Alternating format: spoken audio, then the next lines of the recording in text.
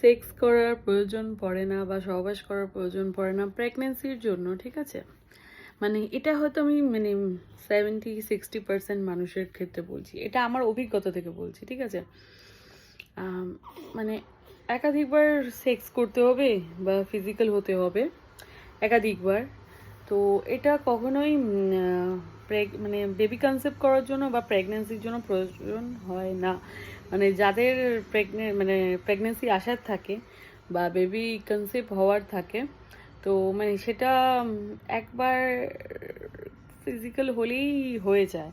মানে এর জন্য হ্যাঁ, এবার যদি কিছু শারীরিক প্রবলেম থাকে, মেয়েটিরও থাকতে পারে বা ছেলেটিরও থাকতে পারে, তা সেই ক্ষেত্রে হয়তো একাধিকবার কেন, তারও বেশি বারও সেক্স বা সহবাস করার প্রয়োজন হতে পারে। দেখো, একটা কথা বলি, তো এটার জন্য ডক্টরের সাথে কনসাল্ট করার দরকার থাকে। যাদের আসছে না আর যাদের ন্যাচারালি ধরো কোনো কারণে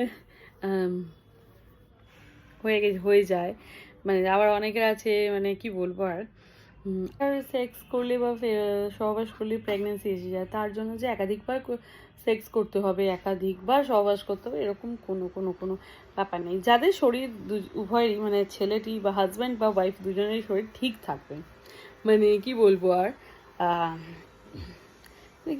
আর মানে শারীরিক গঠন বা বেবি কনসেপ্টের জন্য বা বাকি সব কিছু ঠিকঠাক থাকবে, ঠিক আছে?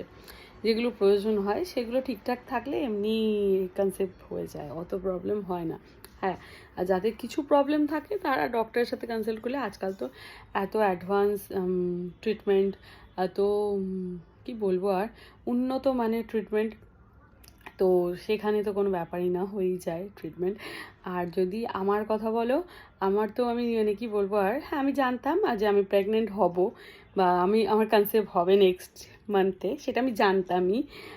কারণ আমি জেনে এরকম সেক্স বা ফিজিক্যাল হওয়ার পর ঠিক আছে, চলো হয়েছে, হবে, আমাদের ঠিক আছে, আমি জানতাম যে এই কাজটা হয়েছে, তো নেক্সট মান্থে হয়তো আমার পিরিয়ডস হবে না, কনসেপ্ট হয়ে যাবে, এটা জানতাম। তারপর ভাবছি যে হতেও পারে আবার নাও হতে পারে, এত কনফিডেন্স ভালো, ওভার কনফিডেন্স ভালো না। তো আমি কিন্তু কনফিডেন্স ছিল, তারপরের মাসেই যে মাসে ওরকম হয়েছে, তো তারপরের মাসেই গিয়ে দেখি আমার পিরিয়ড মিস করে। এইটা বলছি বলে তোমরা কেউ খারাপ বা বাজে আলফাল এরকম কমেন্ট করো না।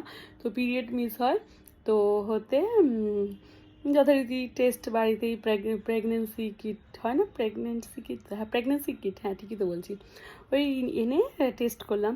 তো টেস্ট করতে বেশ আমার বড় ভাবলো যে আর মিসও পিরিয়ডও তো এমনিও মিস হতে পারে, অনেকেরই একটু পরে হয়, একটু হয়।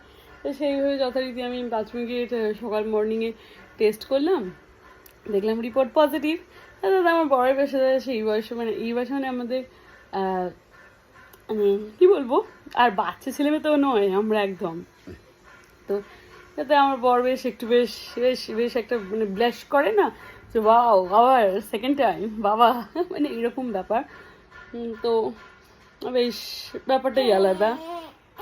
বাবা আবার কি সব বলছে যে দেখো একবারই কি হয়ে গেল, দেখলে তো কি কি আমার এখন কি ব্যাপার, হেভি পাওয়ার এইরকম ব্যাপার। যাই হোক, তো সেই অভিজ্ঞতা থেকে বলি যে একাধিকবার সেক্স না করার প্রয়োজন, একাধিকবার ওই প্রেগনেন্সির জন্য যে একাধিকবার সেক্স করছি তারপর অপারেশনে চলে যাচ্ছি, ওসব করার প্রয়োজন নেই।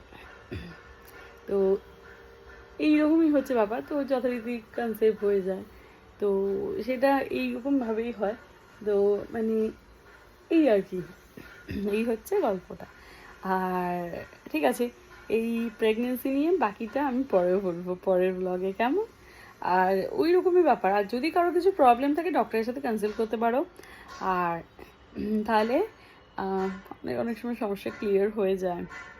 আর তোমাদের বলবো যে আমার ডেলিভারির কত খরচ, কি প্যাকেজ কি ছিল, সব পরের নেক্সট ব্লগে তোমাদের জানাবো, কেমন?